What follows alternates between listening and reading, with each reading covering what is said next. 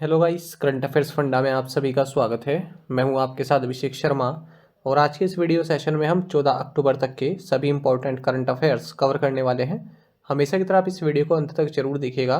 आज भी आपको काफ़ी कुछ जानने के लिए मिलेगा। साथ ही गाइस, इस सेशन को शुरू करने से पहले आप सभी को बताना चाहूँगा, यदि आप हमारे daily current affairs PDF, weekly PDF, monthly PDF और हर महीने के banking and economic awareness PDF चाहते हैं तो करंट अफेयर्स फंडा का 1 ईयर मेंबरशिप प्लान आप ज्वाइन कर सकते हैं, जिसका लिंक आपको वीडियो के डिस्क्रिप्शन में या फिर फर्स्ट कमेंट में मिल जाएगा। आपको बता दें, इस 1 ईयर मेंबरशिप प्लान के तहत जितना भी हमारा पीडीएफ कंटेंट है वो हम आपको 1 साल तक के लिए प्रोवाइड कराते हैं, जिसे आप डाउनलोड कर सकते हैं, प्रिंट आउट भी निकलवा सकते हैं। इसके लिए चाहे तो आप करंट अफेयर्स फंडा ऐप को यूज़ कर सकते हैं या फिर अपने लैपटॉप या सिस्टम की मदद से वेब लॉगिन भी कर सकते हैं। कोई भी आपका एग्जाम हो, बैंकिंग, एसएससी, रेलवे या फिर स्टेट पीसीएस, जहां पर भी जनरल अवेयरनेस या करंट अफेयर्स पूछे जाते हैं, सभी एग्जाम्स के लिए हमारा पीडीएफ कंटेंट काफ़ी यूज़फुल है। तो कोई भी अगर आपका डाउट है हमारे इस पीडीएफ कोर्स से संबंधित तो आप कमेंट बॉक्स में अवश्य लिखिएगा। चलिए फिर करते हैं शुरुआत इस वीडियो सेशन की। हमेशा की तरह सबसे पहले आज का क्वेश्चन देख लेते हैं। इसका आंसर आपको अभी कमेंट बॉक्स में करना है। Where is the Haflong lake located? Haflong झील कहाँ स्थित है? ऑप्शंस देखते हैं। आसाम, राजस्थान, मेघालय या फिर अरुणाचल प्रदेश। तो जल्दी से आप इस क्वेश्चन का आंसर कर दीजिए, फिर हम आगे बढ़ते हैं। इसी तरह क्वेश्चन यदि आप प्रैक्टिस करना चाहते हैं तो मैं टेलीग्राम पर जरूर फॉलो करें। करंट अफेयर्स फंडा नाम से हमारा टेलीग्राम चैनल है।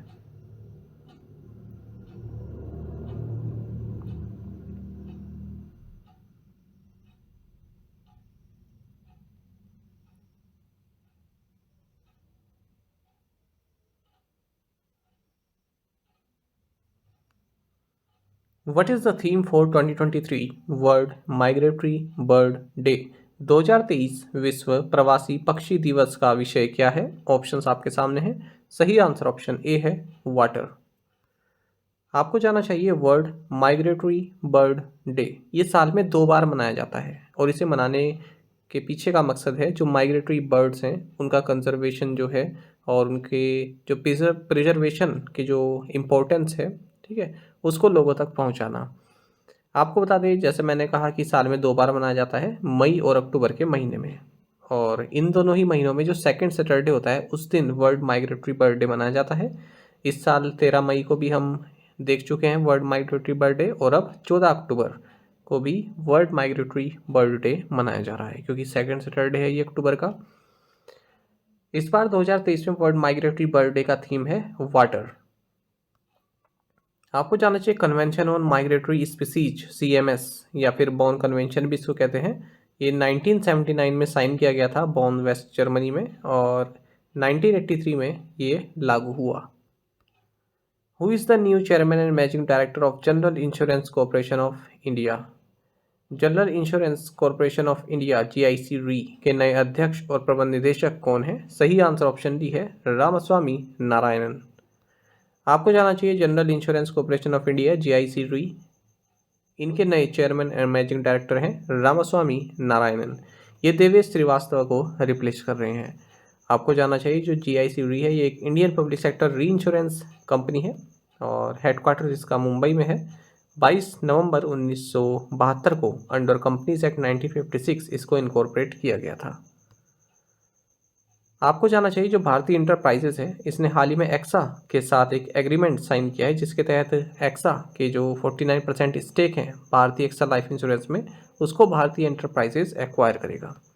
साथ ही आपको जानना चाहिए इंडिया बुल्स हाउसिंग ये अपने आप को रीनेम कर रहा है और अब इसका नाम होगा Sammaan capital.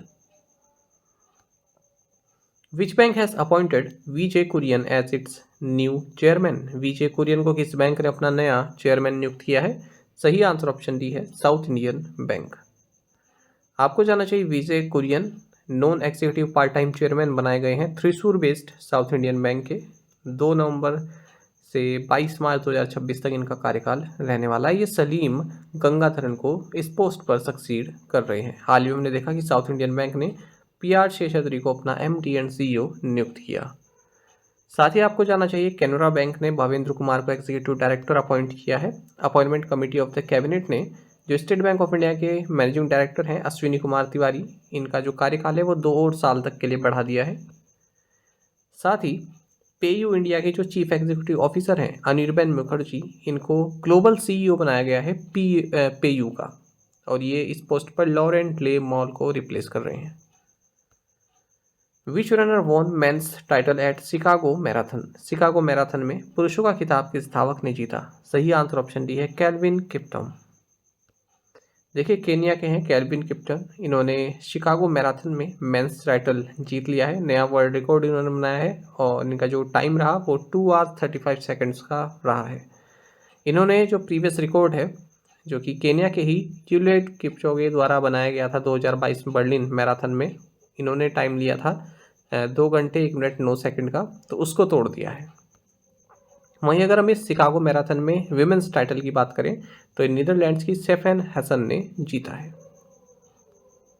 Which player has made the record of most sixes in international cricket? अंतर्राष्ट्रीय क्रिकेट में सर्वाधिक छक्कों का रिकॉर्ड किस खिलाड़ी ने बनाया है? सही आंसर ऑप्शन डी है रोहित शर्मा। आपको जानना चाहिए भारतीय बल्लेबाज रोहित शर्मा, इन्होंने अंतर्राष्ट्रीय क्रिकेट में सबसे ज़्यादा इंटरनेशनल सिक्सेस का रिकॉर्ड अपने नाम कर लिया है। इससे पहले रिकॉर्ड क्रिस गेल के नाम था, पर जो आईसीसी वर्ल्ड कप 2023 में अफगानिस्तान के खिलाफ जो दिल्ली में मैच खेला गया उसमें रोहित शर्मा ने क्रिस गेल को पीछे छोड़ दिया है। जो क्रिस गेल हैं इन्होंने 553 सिक्सेस लगाए हुए थे अपनी 551 इनिंग्स में, वहीं रोहित शर्मा 553 को क्रॉस कर गए हैं और 473 इनिंग्स इन्होंने इस कारनामे को प्राप्त करने के लिए ली। और रिकॉर्ड्स देखते हैं जो रोहित शर्मा ने अपने नाम किए। इन्होंने अपनी सेंचुरी 63 बॉल्स में लगाई, और क्रिकेट वर्ल्ड कप में किसी भी इंडियन प्लेयर द्वारा ये फास्टेस्ट सेंचुरी है। साथ ही रोहित शर्मा ने सचिन तेंदुलकर को पीछे छोड़ दिया है, इन्होंने वर्ल्ड कप सेंचुरीज 7 अपने नाम कर लिए, 7 वर्ल्ड कप सेंचुरीज इनके नाम हो गई हैं। और रोहित ने डेविड वार्नर को भी ज्वाइन कर लिया है as the joint fastest batters to reach 1000 cricket world cup runs. तो 19 इनिंग्स में 1000 वर्ल्ड कप रन्स इन्होंने पूरे किए हैं रोहित शर्मा ने। डेविड वार्नर ने भी सेम कारनामा किया हुआ है। साथ ही आपको जानना चाहिए कि रोहित शर्मा की ये 31st ओडीआई 100 थी, और इसी के साथ इन्होंने रिकी पॉन्टिंग को पीछे छोड़कर तीसरे नंबर पर आ गए हैं अगर हम total one day international century list की बात करें। अब इनसे आगे कोहली हैं 47 और तेंदुलकर हैं 49। Who inaugurate the 9th G20 parliamentary speaker summit in New Delhi? नई दिल्ली में 9वें G20 संसदीय अध्यक्ष शिखर सम्मेलन का उद्घाटन किसने किया? सही आंसर ऑप्शन सी है नरेंद्र मोदी। आपको जानना चाहिए प्राइम मिनिस्टर नरेंद्र मोदी ने 9th G20 parliamentary speakers summit को इनोग्रेट किया है यशोभूमि न्यू दिल्ली में। जो भी G20 मेंबर्स कंट्रीज़ हैं उनके जो पार्लियामेंट्स के स्पीकर्स हैं उन्होंने इसमें पार्टिसिपेट किया है। इस समिट को होस्ट किया गया पार्लियामेंट ऑफ इंडिया के द्वारा, और थीम रहा parliaments for one earth, one family, one future. International Olympic Committee and which foundation have signed agreement to promote Olympic sports in India? अंतर्राष्ट्रीय ओलंपिक समिति और किस फाउंडेशन ने भारत में ओलंपिक खेलों को बढ़ावा देने के लिए समझौते पर हस्ताक्षर किए? सही आंसर ऑप्शन सी है रिलायंस फाउंडेशन। आपको जानना चाहिए international Olympic committee with the Olympic museum has signed an agreement with Reliance foundation to build on the success of the Olympic values education program in India and signed a new cooperation agreement. अब यहाँ पर एक बात हुई है Olympic values education programme की, तो ये लास्ट ईयर भारत में लॉन्च किया गया था अभिनव बिंद्रा फाउंडेशन के साथ मिलकर उड़ीसा में। ठीक है, ये एक आईसीसी का प्रोजेक्ट है स्पोर्ट्स को भारत में जो है प्रचार प्रसार करने के लिए। The new cooperation was agreed upon by जो इंटरनेशनल ओलंपिक कमेटी के जो प्रेसिडेंट हैं Thomas Bach and Nita Ambani, जो कि आईयूसी मेंबर हैं इंडिया की ओर से, और रिलायंस फाउंडेशन फाउंडर चेयरपर्सन है। Which country took over chairmanship of the Indian Ocean Rim Association IORA? किस देश ने हिंद महासागर रिम एसोसिएशन की अध्यक्षता ग्रहण की? सही आंसर ऑप्शन सी श्रीलंका है। आपको जानना चाहिए इंडियन ओशन रिम एसोसिएशन की चेयरमैनशिप अब श्रीलंका के पास आ गई है, पहले ये बांग्लादेश के पास थी। अब नेक्स्ट 2 ईयर्स तक ये श्रीलंका के पास ही रहेगी, जो भी मीटिंग्स होगी वो श्रीलंका द्वारा कंडक्ट की जाएंगी। अगर हम बात करें इंडियन ओशन रिम एसोसिएशन की स्थापना इसकी 1997 में हुई थी, और इसकी मेंबरशिप की बात करें तो 23 मेंबर स्टेट्स हैं, आप देख सकते हैं। Australia, Bangladesh, Comoros, France, India, Indonesia, Iran, Kenya, Madagascar, Malaysia, Maldives, Mauritius, Mozambique, Oman, Seychelles, Singapore, Somalia, South Africa, Sri Lanka, Tanzania, Thailand, UAE and Yemen. Secretariat इसका कहाँ पर है? साइबर सिटी एबेन, मॉरिशस में। तो अफ्रीका से भी हैं इसमें मेंबर कंट्रीज, यूरोप से भी आप देख सकते हैं, फ्रांस है, बाकी एशिया से तो है ही, अफ्रीका से भी हैं, ऑस्ट्रेलिया भी है, Australia. Which country inaugurated Padma bridge rail link project? किस देश ने पद्मा ब्रिज रेल लिंक परियोजना का उद्घाटन किया? सही आंसर ऑप्शन डी है बांग्लादेश। आपको जानना चाहिए बांग्लादेश की प्राइम मिनिस्टर शेख हसीना, इन्होंने 82 kilometre long Padma bridge rail link, जो कि कंट्री का लार्जेस्ट इंफ्रास्ट्रक्चर प्रोजेक्ट है, इसको इनोग्रेट किया है। आपको बता दें जो प्रोजेक्ट है, इसको चाइना का जो बेल्ट एंड रोड इनिशिएटिव है, इसके तहत बनाया गया है। बेल्ट एंड रोड इनिशिएटिव की बात करें तो ये चाइनीज़ गवर्नमेंट द्वारा 2013 में अडॉप्ट किया गया था। एक global infrastructure and development strategy है ये, और इसके तहत 150 से ज़्यादा कंट्रीज और इंटरनेशनल ऑर्गेनाइजेशन में इन्वेस्ट करने का प्लान है। इसमें जो पार्टिसिपेटिंग कंट्रीज़ हैं, ठीक है, तो वर्ल्ड पॉपुलेशन का 75% उन कंट्रीज़ का शेयर है, ठीक है, मतलब अच्छी खासी तादाद में इसमें जो है पार्टिसिपेट कर रहे हैं लोग। India and which country recently signed a defence cooperation agreement? Bharat और किस देश ने हाल ही में रक्षा सहयोग समझौते पर हस्ताक्षर किए? सही आंसर ऑप्शन बी इटली है। आपको जानना चाहिए कि भारत के जो डिफेंस मिनिस्टर हैं राजनाथ सिंह, ये अब हाल ही में इटली और फ्रांस के दौरे पर हैं। तो इटली में इन्होंने अपना जो काउंटर पार्ट है गुइडो क्रोसेटो, इनके साथ रोम में एक एग्रीमेंट साइन किया है, डिफेंस एग्रीमेंट। देख भी सकते हैं आप डिफेंस डोमेन्स में, जैसे कि security and defence policy, research and development, industrial को डेवलपमेंट, को production, setting up of joint ventures in the, ठीक है, ये सभी जो है साइन किए गए डिफेंस से संबंधित।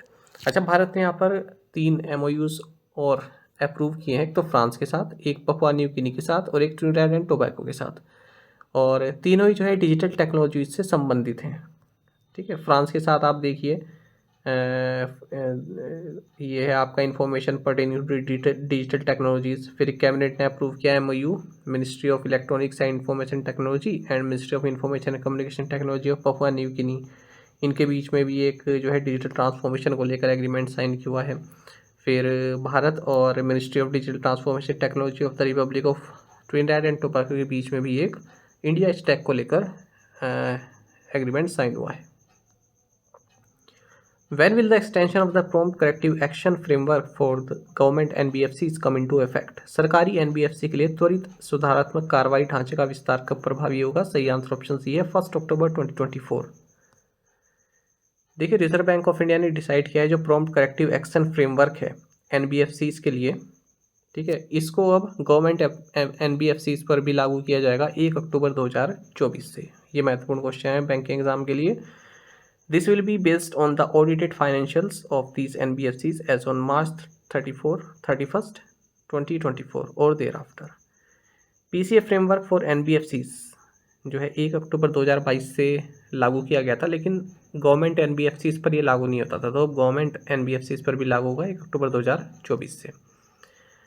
PCA फ्रेमवर्क आप सभी जानते हैं, इसका मकसद क्या रहता है कि जो भी एंटिटी है, ठीक है, उसमें कोई बड़ा कोई इस तरह की चीज़ें ना हो, फाइनेंशियल क्राइसिस ना आए, ताकि बाद में फिर पछताना पड़े, तो पहले से इसको सुपरवाइज रखा जाता है।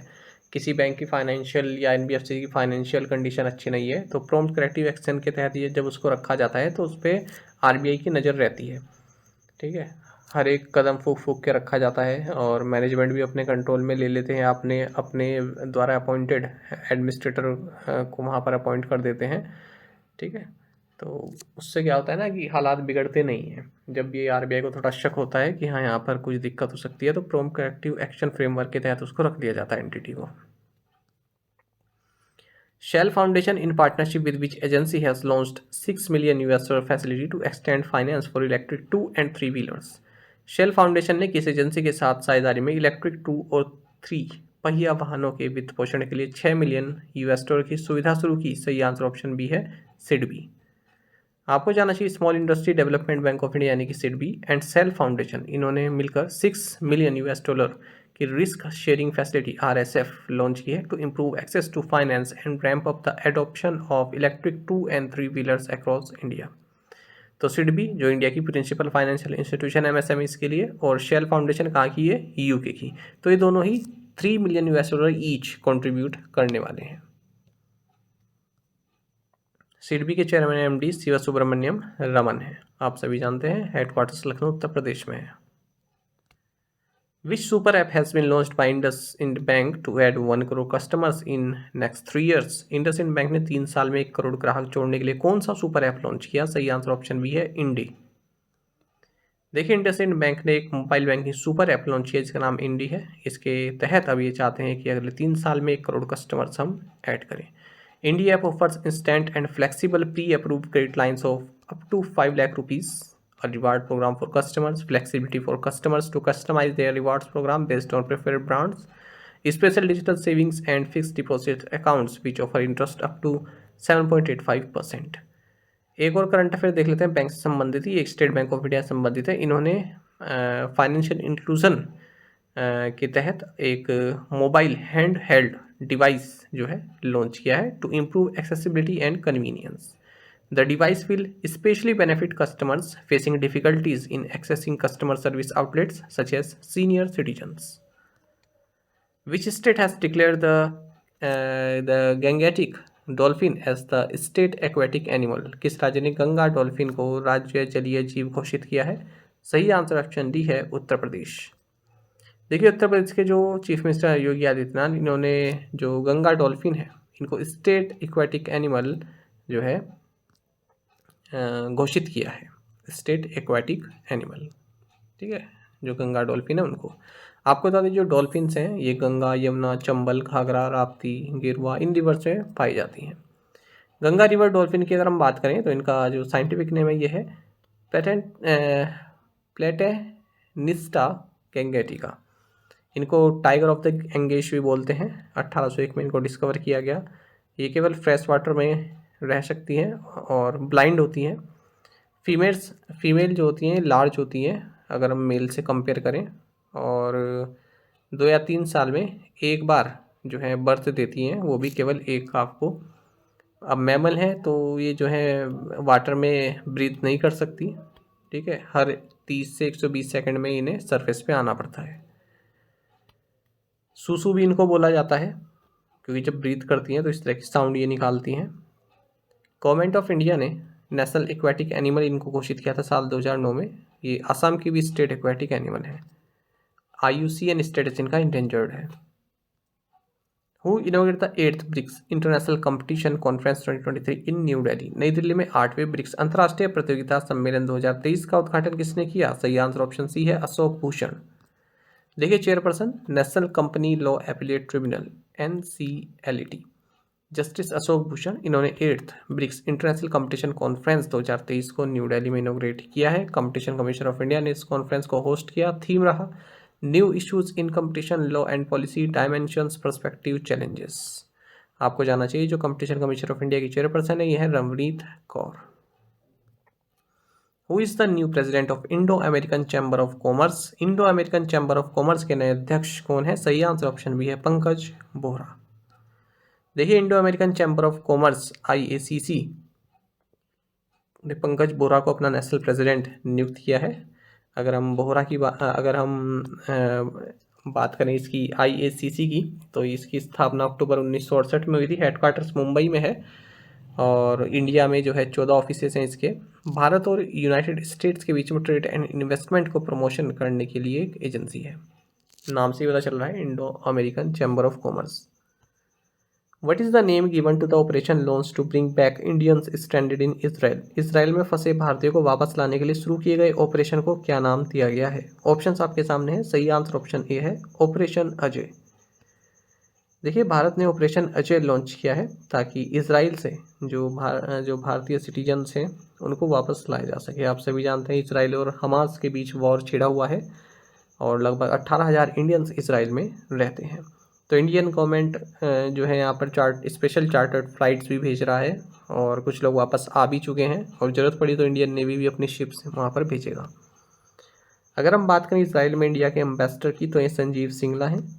और करंटली 3 इंटरनेशनल एयरपोर्ट्स हैं इसराइल में, Ben Gurion airport, Haifa airport और रेमोन एयरपोर्ट। हाइफा एयरपोर्ट महत्वपूर्ण है, एग्जाम में पूछ लिया जाता है। बाकी आपको जानना चाहिए ये इस साल का दूसरा इस तरह का मेजर ऑपरेशन है। अप्रैल मई में ऑपरेशन कावेरी भी भारत ने लॉन्च किया था, जब सूडान से भारतीयों को लाया गया था। ठीक है, तो याद रखिए ऑपरेशन कावेरी, और अब लॉन्च किया गया operation Ajay.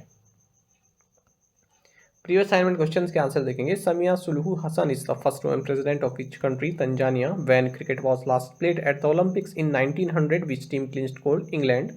Which group has acquired a majority stake in a Russian bank Word of Privilege? Centro Group. According to the 361 Wealth Hurun India Rich List 2023, who is the third richest Indian? Cyrus S. Poonawalla. The Delhi High Court has appointed which retired judge as the chairman of the Extraordinary General Meeting of the Equestrian Federation of India? Answer is Justice Najmi Waziri. आप में से कई student से बिल्कुल सही answer किया है, इसी तरह से पार्टिसिपेट करते रहिए। चलिए आज के असाइनमेंट क्वेश्चंस देखेंगे। Where is the Parvati Kund located? हाल ही में प्राइम मिनिस्टर नरेंद्र मोदी यहाँ पर विजिट किए, इसलिए क्वेश्चन पूछा गया है। Who assume charge as deputy chief of the naval staff? Which UT has declared all its 6,650 villages across 285 blocks in 20 districts as ODF plus model? Government approved 7 bridge projects in which state under the Setu Bandhan scheme? The Reserve Bank of India has increased the existing limit for gold loans under the bullet prepayment scheme from 2 lakh rupees to lakh rupees for urban cooperative banks। तो इन पांचों questions के answer आप comment box में दीजिएगा। यदि आपको एक question का आंसर भी आता है तो भी आप हमें कमेंट बॉक्स में अवश्य बताइएगा। ज़्यादा से ज़्यादा संख्या पार्टिसिपेट करने की आप कोशिश किया कीजिए। साथ ही करंट अफेयर्स फंडा को आप टेलीग्राम पर भी ज्वाइन कर सकते हैं। यहाँ पर रेगुलर वीडियो अपडेट्स और करंट क्विज जैसे हम आप सभी के लिए डालते रहते हैं। साथ ही डिस्कशन ग्रुप में आप किसी भी क्वेश्चन का सोल्यूशन पा सकते हैं। दोस्तों हमारे करंट अफेयर्स की प्लेलिस्ट दी गई है, इसको आप जरूर देखें। अपने दोस्तों के साथ, फेलो स्टूडेंट साथ हमारे करंट अफेयर्स को आप शेयर जरूर करें। आज का ये सेशन आपको कैसा लगा आप कमेंट बॉक्स में अवश्य बताइएगा। Thank you guys.